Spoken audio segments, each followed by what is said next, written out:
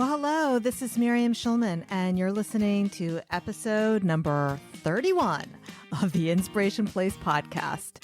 Today, we're talking about Feng Shui and how you can use its principles to rearrange your art studio. So for that, stay tuned. It's the Inspiration Place podcast with artist Miriam Schulman. Welcome to the Inspiration Place podcast, an art world inside a podcast for artists by an artist, where each week we go behind the scenes to uncover the perspiration and inspiration behind the art. And now, your host, Miriam Schulman. Hello, this is your host, artist Miriam Schulman, and you're listening to episode number 31 of the Inspiration Place podcast. And I'm thrilled that you're here. Today, I've invited a certified Feng Shui practitioner, since spring is just around the corner and we all want to tidy up our studios using the best practices. In this episode, you're going to discover what is Feng Shui and how you can use it to attract more harmony, beauty, and grace, and hopefully art sales. You'll also learn the number one thing you want to make sure you have in your art studio, and more importantly, what you want to make sure is not in your art studio and why. But before we get there, I wanted to tell you about today's freebie. Since we're covering so much today, I thought it'd be really helpful to put together a checklist of everything we're going to talk about today, so you can go through your studio and declutter and move your stuff around to change your life. You'll be able to download that checklist on schulmanart.com/31. Now back to the show. Today's guest is a certified Feng Shui practitioner as well as a textile designer. For the last 17 years, she's taught courses on Feng Shui and brought her design principles to multitudes of homes and offices around the country. She was a featured speaker for Hey Radio and taught online for the Integrative Institute of Nutrition. Please welcome to the Inspiration Place, Kate MacKinnon. Hey, Kate, welcome to the show. Hey, Miriam, thank you so much. It's so great to be here. I'm so excited to have you because not only are you an expert in Feng Shui, but you're also an artist. Would you like to tell everybody what kind of art you do? So, yes, I've been an artist my entire life. I've done many, many art forms over the years and have experimented. Went from drawing, painting, designing, crafts, sewing, all that, to really discovering textile design. I like working with textiles. I like textures. And at one point, I pursued textile design at Fashion Institute of Technology, discovered weaving, which I love, was going to be a fiber artist. And then I discovered painting on silk, which is like big watercolor paintings to me. And I was going to make scarves, but they kept getting bigger and bigger and bigger. And that was really the beginning of what became my career in Feng Shui, because I love making it so big that walls and homes and spaces became like my big canvas. So I have a lot of interesting background that then gets applied to what I do in Feng Shui. So how did you first get into doing that for other people, Feng Shui? It's a funny little story. Is I also had a corporate background, and I always sort of I would have a corporate job and say, but I want to be an artist, and then I would explore the various avenues. And in 1999, I was working with an executive coach, and we were doing The Artist's Way, which I'm sure a lot of artists know that book. And one of the questions she asked me was, when you were 7 years old and you would go to sleep at night, what would you think about? And I said, I would think about rearranging people's homes. And my best friend had a dollhouse, and I would lie awake thinking about that dollhouse and what furniture I was going to buy. And my coach, unbeknownst to me, had lived in Taiwan for 6 years. And she goes, have you ever heard of Feng Shui? And I'd never heard of Feng Shui. And I was on my way to Hong Kong. And so she said, when you go to Hong Kong, I want you to go on a bus tour of Hong Kong, because they probably talk about Feng Shui. And sure enough, we went around the city of Hong Kong and the island of Kowloon, and they talked all about Feng Shui. And it's like one of those things. I always say, Feng Shui found me. I wasn't looking for it. That's awesome. I came back and I looked up And at that point, Feng Shui had probably only been in the West for about 10 years, but I found a program where I could become certified, and I just went for it. Okay, so let's go over how to pronounce it, because I know I'm saying it wrong. Is it Feng or Feng? Feng Shui. Yeah. Like, Feng Shui. All right. And I will still screw it up later, even though you told me what to do. All right. It's partly my weird accent and my bad processing. So, okay. Feng Shui. Very good. Can you define that for anybody who doesn't know? Absolutely. So I always say Feng Shui in Chinese stands for wind, water. And when you think about what are the most important elements, wind being air and water, I would say that people can't live for more than a week without water, the two most basic elements. So Feng Shui is really about creating balance and harmony of good, positive energy in your environment. And a lot of times it's about if you envision a place that you like to go to, usually it's a place that's outdoors, and it's usually a beautiful place that has good energy and good flow. What we're doing with the practices and principles of Feng Shui is how do you bring that into your space so you create that good, positive energy and flow, which supports you in your well-being.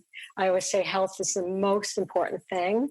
Without health, we have nothing. And so it's about creating a beautiful environment. It's also about creating a healthy environment, reducing stress, and really supporting you in what it is you really want to do in your life. All right. So, by the way, I told my husband that I was interviewing you. And he said that you were going to say to me, the first thing you need is a dumpster. Because they pull a dumpster off the house. So how much of it is actually just throwing stuff out? Be honest. Well, I'm gonna qualify that. So I always say the number one offender is clutter, and clutter means many things to many people. But I'm really talking about, it's not like if you collect things, right, and you have a collection of things. Clutter is a lot of stuff that just has no place. It's just, you don't know what to do with it. So it piles up, it builds up in a corner. It's like clogging an artery, if you will. It's like clogging your breathing apparatus. So there are some times when I work with people, they'll say, oh, I have too much stuff. It's a lot of clutter. And they have a lot of stuff. And once I rearrange it, it all works. But the clutter is the stuff, right? So it's not about how much stuff you have in your space. A lot of it just needs to find the right space so that it works properly. But the clutter, like, what should I do with that pile back there of canvas? Your husband may be right, but no, really. But no, but you know what? A lot of artists who are fine artists who work on canvas, we have what we call the piles of shame. Yes. Which these are the canvases that are not finished, that are abandoned, so they just kind of stack up, and you can't hang them up because they're not done. Yeah. Well, and so it's so interesting to me because as we had a conversation at a prior time where I did have my own studio. So I know what that's like from a studio perspective, and an artist perspective. I also know what it's like to have it in a home too. And it's really, I would say it's pretty much the same thing, but it's like those canvases, a lot of what is considered clutter is stuff you don't want to go. Like the minute you have the I don't want to go there, that's a problem, right? Because the minute you have some space where you don't want to go there, that becomes what we call blocked energy. It's not free flowing. So then that becomes a thing where you need to go through it and actually, and I've done this in my own life, it's like piece by piece decide, what am I going to do with it? Am I going to keep it or not? Am I going to decide that I want to do it in the future, or it's just or reuse the canvas, or, like it becomes where each thing needs to have a place, needs to go someplace, right? And organize in a place where it's like, okay, these are all my canvases I've used before, but I'm going to reuse them. Or these are things that I'm just going to give away, or these are things I'm really going to toss. Okay. Right? Yeah. All right. And then I want to also tell another story. So when I heard, this is for my listeners, when I heard you, Kate, give the little talk at that event we went to, the first thing you mentioned was for everyone to think about what's under their beds. That's right. And for some reason, I'm not a neat person. I mean, the listeners can't see my studio, but during the live stream, sometimes I usually try to block off those messy areas, but I'm not a neat person. I'm not an organized person. However, there is nothing under my bed. And I said to my husband, what would you put? Like it never occurred to me. So there was a couple of things that raced through my mind when you said that during that keynote. It was just like, should I put something under the bed? Oh, all that wasted space, like, and then what I put under there? Hilarious. It's hilarious.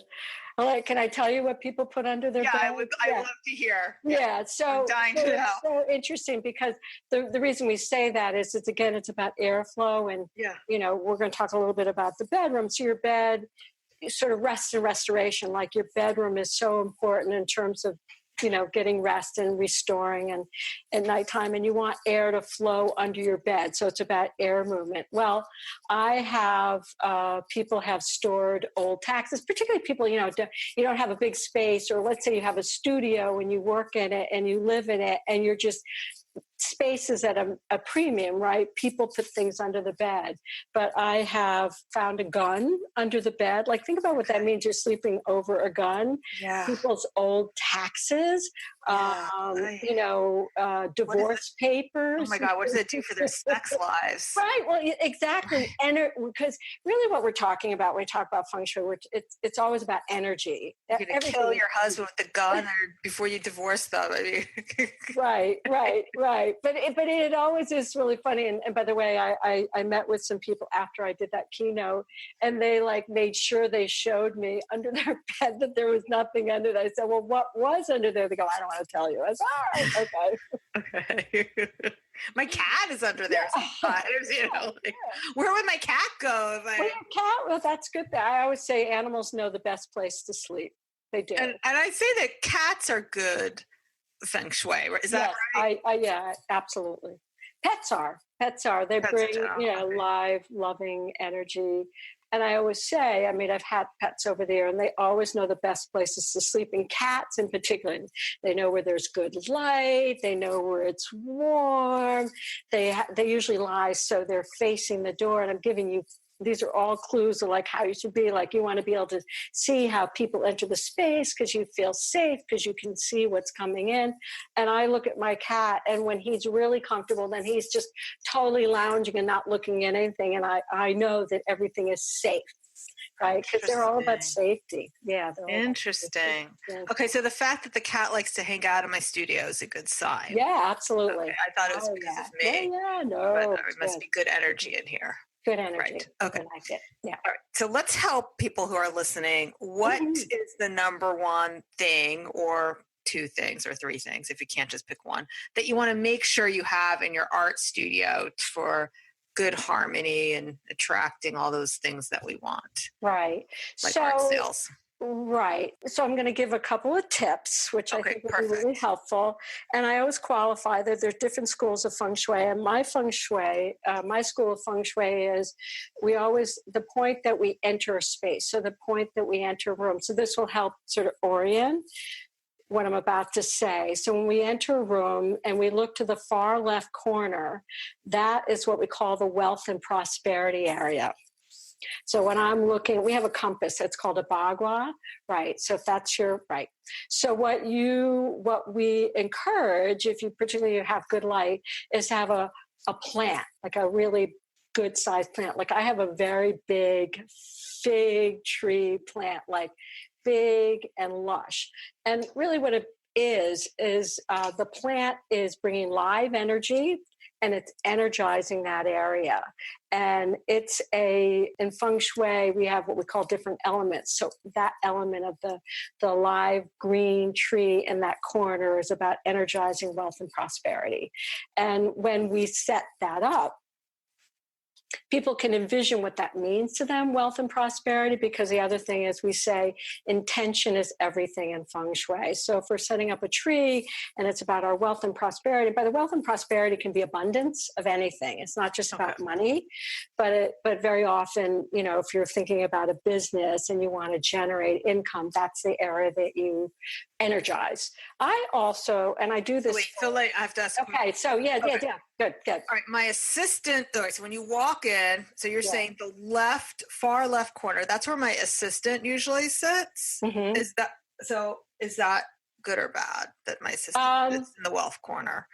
Probably because. So that's a really good question. I would say there are very few things I would say bad, but if you really want to enhance that area, think about it like old-fashioned offices, like the boss sitting in the corner. That is your power corner. As a rule, so I should sit there? You should sit there, or you have a desk there or something there that's yours, and then your assistant, we're going to put them someplace else because they're supporting you. All right, now I got to rearrange everything. Well, I'm sitting where the cable is plugged into the internet, All right. Right. But again, just sort of as you're thinking of your space, that was an excellent question. And sometimes we don't want to sit, this is another feng shui, because I had a studio where that far left corner was right in the doorway. Everybody was coming in. So I actually put myself over in the other corner because you don't want to be right in the doorway when people come in, when you're in your sort of power position. The other thing that what you're pointing out in terms of that area, or when you want to be in the power position, is you always want to sit. Now, this is true for a workspace, whether you're sitting or standing. You want to be in a place in your studio, in your workspace, your office, where you are with your back to that far wall where you can see people coming in the door. And this is very traditional feng shui. It's about people are coming in, you're not startled. A lot of times people they think they're going to work at their desk and face the wall. They look out the window and they have their back to the door, but they get startled and they kind of sit there with their shoulders hunched over. You want to be in a position where you're working, you can see who's coming in, you have this nice back wall. Okay, so stop. If I move my stuff to that corner, then the desk can't be against the wall. It has to be pulled out. So you're facing. Right. Kind of like the CEO desk. Yes. That's exactly right. That's right. Okay. And then my assistant needs to go somewhere else in the room. Yeah. We'll put her in another place where she'll be in your assistant position supporting you. Yeah. Perfect. Okay. Yeah. Oh my goodness. Yeah. Tomorrow she's going to walk in and not know what happened. Now, here's the other thing I want to say for artists, and this won't necessarily be in some of the other stuff that I put in, but we have what we call, so in the center of that wall, so the far left is your wealth and prosperity in the center. And energy there's nothing linear about energy, right? It's like a circular motion, if you will, and it overlaps. You've got the wealth and prosperity, but it can overlap the fame and recognition, which is in the center of that wall. I always say for people to put how you want to be known in the world, right? So you may have a particular art form that you want to be known in the world. You could hang that on the wall, or you have some representation of your logo or something about what you do in that center. So when people come in, they see it, and it's a way again of generating your fame and recognition in the world. It's very interesting. And so it can be, for instance, I think about what's coming to mind right now is I have a woman who I work with who actually she has her own hair salon, beautiful salon. And she has her logo as a light against that far wall. So when you come in, you just see the name of her business on that wall. But it could be a painting. I just worked with a woman who was a musician, and she had a painting that she felt represented her as a musician. So she hung that on her wall in that area. Just to give you some ideas. But I think particularly when we're being working artists, it's really important that we energize that area, because it's the area a lot of times we hide from that. We say we want fame and recognition, but how do we do that? Okay, so if I put my desk in that corner in the way we talked about, right now I have where I do my art is in the center of the room. Mm-hmm. So that's okay. That's good? Okay. Yeah, that's okay. And I was going to talk a little bit about that because, for instance, right now I had a big studio and I had a desk and I was at that desk because the doorway was entering on the left side. I had it over to the right side, but I was in charge. And then I had my assistant sort of sitting in front of me. And, but I had big work areas because I was doing big pieces, right? I was doing big fabric and I wanted to work with, at one point I was working with wax, batik, so if I wanted to burn some wax, I wanted to make sure I'm not burning the house down, right? I would have it in the center of the room where it's not setting anything on fire. So that's fine. That's, you can use your center area as your workspace. That's fine. This is sort of how you set yourself to empower yourself, is your desk over in that left area. Okay. The left area. Now, one thing I do have flexibility with in my studio is my books. So I know you can see behind me, I have a bookshelf, but I can just as easily put that somewhere else. So is there a certain place where books as terms of knowledge should go in the room? Yeah. So, and I'm going to provide this, if you think of it's really 9 areas, and I should probably provide this, and it's kind of energetically, we talked about wealth and prosperity, fame and recognition. And in that far right corner is relationships, like that's your partnership or your love relationship. The area that is sort of coming down around the doorway, I bookcases. Now you'll see I have it behind me. It was just sort of where there was when I bought this house, there was a built-in bookcase in the study. So I made these are all my work, right? Work related. So this is a perfectly fine area. It's kind of my wealth and prosperity. So it's my Feng Shui books. I have spiritual books. I have art books. It's very specific. I don't have a lot of other things here. I have design books, building house books, things like that. The other area, which would be sort of in the entryway on the wall as you enter in, that middle section, if there's not a doorway there, is your career area. That's a good place to have a book very often, sort of when you enter a doorway. To your far left, we call it spiritual cultivation, but that's also considered education. Okay. So you kind of get an idea, and that is how I look at space. Everything I'm saying is how I look at a space. The thing that I want to say, so people don't go, oh my God, I can't do it, is that I follow these principles, but all spaces are different. So sometimes that's why I say this bookcase was here behind me. It's fine. I made it work. So then in the bookcase, I have in the far left, my wealth and prosperity books, on the right, I have more of my relationship. In the middle, I have sort of my fame and recognition. Okay. So there's ways around it. All right. And then we kind of moved away from my original question because I said the number one thing you should want to make sure you have in your art studio, and you said the plant. Right. And then also to make sure you have what you want to be known for. You said the logos. Is there something else we should add to that list of things you want to make sure you have?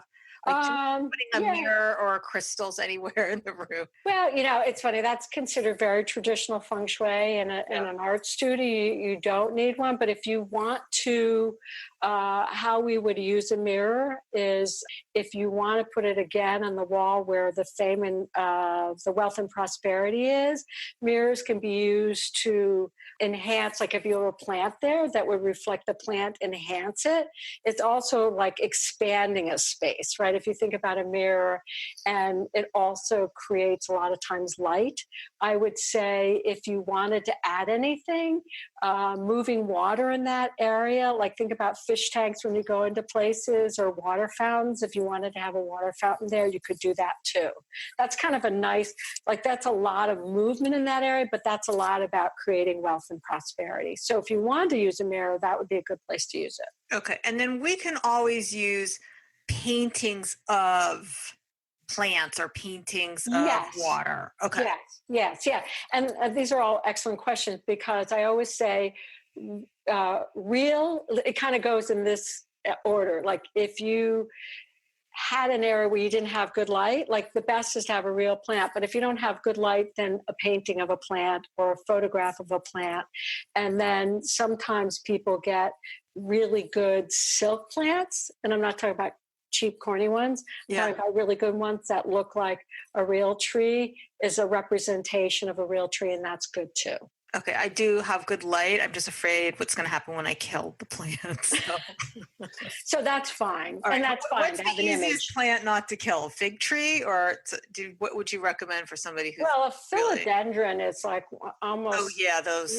They're the Okay. easiest, and if you don't want to have them standing in the floor, I like my tree does need light. A philodendron does a pretty good job, and if you have a book, if you have a shelf to put it on, or you want to put it on a stand or something, you can do that. I always say the bigger the better, just because it's creating that live energy in that space. Got it. Okay, so now we're moving on to the things you want to. Oh, here's what I was. Before I forget, I always forget to say this. There's a thing called a money tree, which is also really good. Yeah, so I always forget that, like money tree, and I think it needs a certain amount of light, but that's a really good plant to have in that area too. Okay. Bamboo is really good. So okay. Bamboo is hard to kill. Bamboo is hard to kill. Yeah. Okay. And you know what? If you kill it, you get another one. I always say to people, like, "Oh, I kill a plant." I said, "Don't worry, get another one." Got it. Beautiful. All right. So now let's talk about what we want to make sure is not in the studio and why. Yeah. Yeah. Now, do you do like consultations for people who are not in New York? Like, do you do it remotely too? Yeah, I do anywhere, and I can do it remotely. It Perfect. depends on what people are looking for, because I can travel too. But I did California. I've done remotely. Oh, good. Okay, so you can take advantage of anybody who like comes to you. Absolutely. Great. Yeah, it's fun. It's fun to do that. By the way, it's fun to do it just like this. It's like it'd be fun. Like we go around your space. That's awful. No. It's actually really great. You'd be amazed. No, I love your space. I was like kind of. Well, like the thing is like this is where my assistant sits. Ah, yeah. So you think I should move my table over there? I do. I don't know what it's like for you when you sit there, but yeah, I do. I think that I have sat there, but I used to have it against the wall, but I don't want it against the wall. I want it like. Yeah, you want let me it. see if I can show you. I want it. So this is a square table, but I want my desk coming out like. Yeah, you can either do it. By the way, I'm not sure where your doorway is, but you can do it where your back. Well, my door is there. Yeah. So I don't know if there's the mess. Yeah, so you can actually, I love it. You can actually sit with your back to the wall where it says November, December, and your desk facing out. That's actually a great desk corner for you. Oh, okay. So I was thinking that the desk would be perpendicular to the wall, but you're saying go parallel. Right. I would go parallel, and I'll tell you why. Like if the windows weren't there, I would say, yeah, you could do it where the window, with your back where the windows are, but the preference is to have a solid wall support you as opposed to having a window behind you. Yeah. So this is where it gets situational in terms of like, but that's a great place for you facing out. You get to see the wall. You get to see where your work's going on, right? Yeah. And then, I mean, this isn't terrible. I can see the door, but it is kind of, she's sitting in the power area. She is. Sometimes I feel like I work for her. Yeah. That's why. Yeah, that's why. I'm going to tell you a great story before I go about that. Yeah. So my husband works with his business partner. He's in real estate, and he had his partner. It's his partner's. He's a part owner of the building, and my husband has an office on sort of to the right, which would be the relationship area, and his partner has power and wealth and prosperity. But his son, he gave up his desk to his son, like a really solid working desk. And his son was in the fame and recognition area and was not interested in the job, falling asleep, like bad thing. And he was totally in control.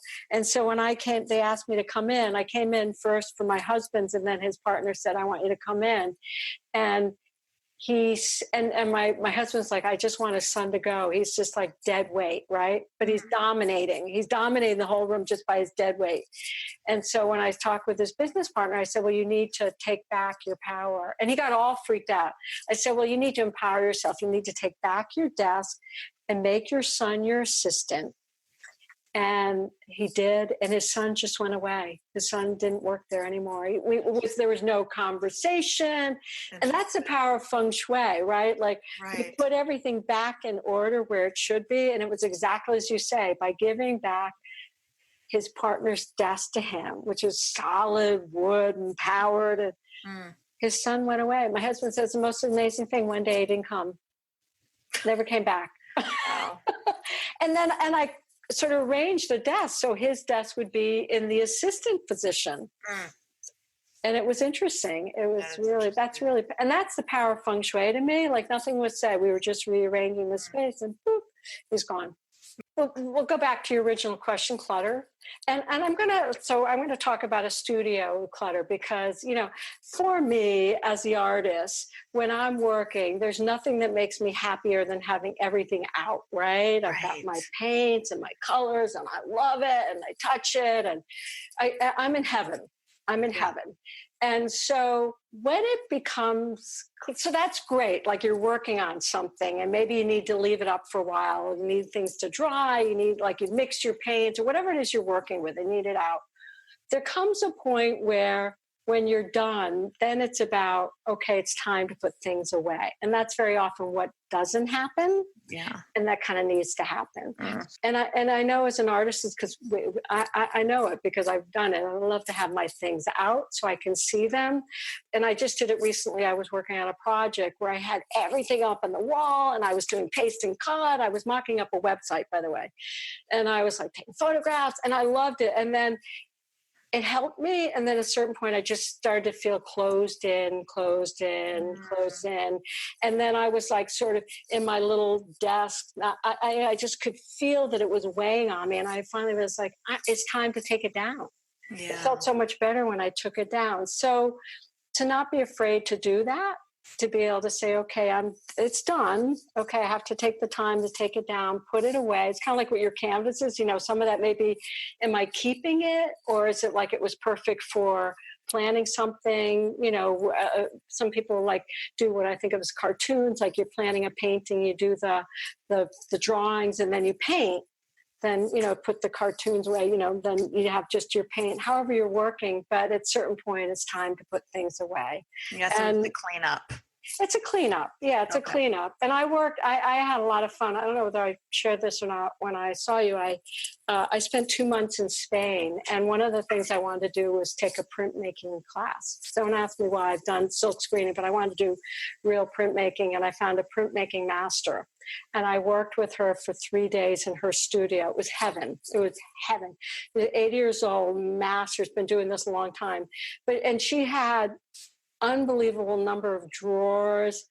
And she was good. At the end of the day, she put everything away. Like, it was still an art studio. Stuff was up on the wall. But she, cleaned up. Like, she had her sink and she had her bins, where you have the chemicals. But she just made sure all that stuff was clean at the end of the day. Now, she had assistants too.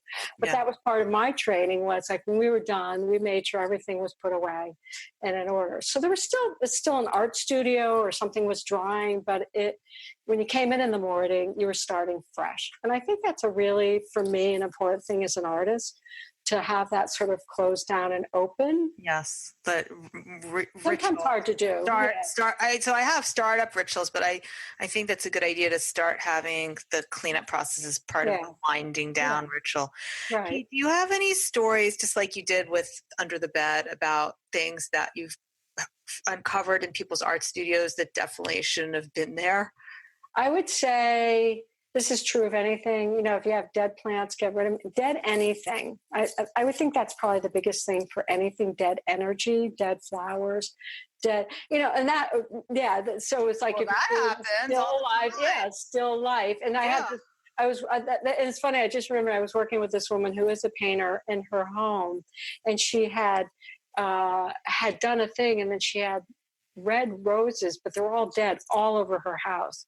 And I said, they have to go. And she said, well, I did them for a reason. I said, well, take a picture of it, whatever, but they have to go. And then she said, what about this? And she had a beautiful gourd that looked like a swan, really. And she said, well, what about that? And then we get into the gray area. I said, well, why do you have it there? She goes, because it looks like a swan. It's like a sculpture.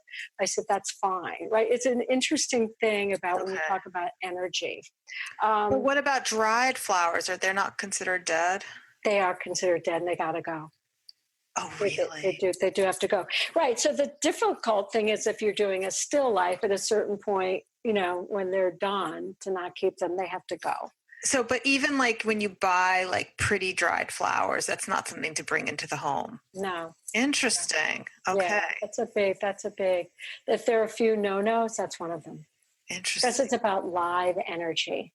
Okay. I have something in my TV room, but I'm not sure if it's dried flowers or fake. I'm hoping they're fake. Yeah. For the first time in my life, I'm hoping something's fake. Okay. And then what about color in the studio in terms of the energy? I mean, most people like to have it white because it's neutral. Is there anything that we have to like in terms of the furniture or that's going to attract negative energy in terms of color? No, so color's an interesting thing.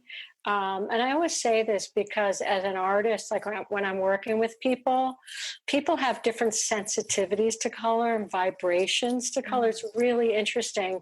And so I worked with one woman who she created a space and she was just a big, energetic person, and we did her colors like Crayola crayons, and she said it's the first time she had a space that she loved because it was Crayola crayons and big colors.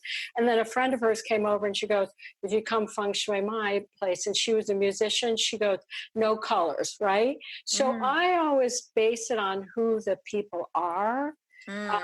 There's nothing wrong with a white space and then filling it up with things that bring in color. I don't have a problem with that at all. I think if people want color, the guidelines would be more about the space and where you might want to put color, but I don't have a problem. Color is an interesting thing because it really is personal. And then in Feng Shui, if you want to say, oh, we're going to energize the certain areas in your studio, there are specific colors for different areas that will energize, like, again, your wealth and prosperity. That's going to be more like green. Like if you got a pot, let's say you want to get a color. If you got like a teal, greenish blue pot would be a great wealth and prosperity color. Fame and recognition is red, or it's yellow for light. I mean, there's like all these levels of meaning, but in terms of what colors, it's just so interesting to me. And I prefer, like in this space, I just was inspired to have these blue, like this royal blue bookshelf, just totally jazzed me, and it just kind of works because I like it. And then it kind of decided everything else I was going to do in the room. We'll make sure we include a snapshot of. Yeah, I think it'd be good. Like you can really contrast of your very neatly laid out bookshelf and then my overflowing one behind me.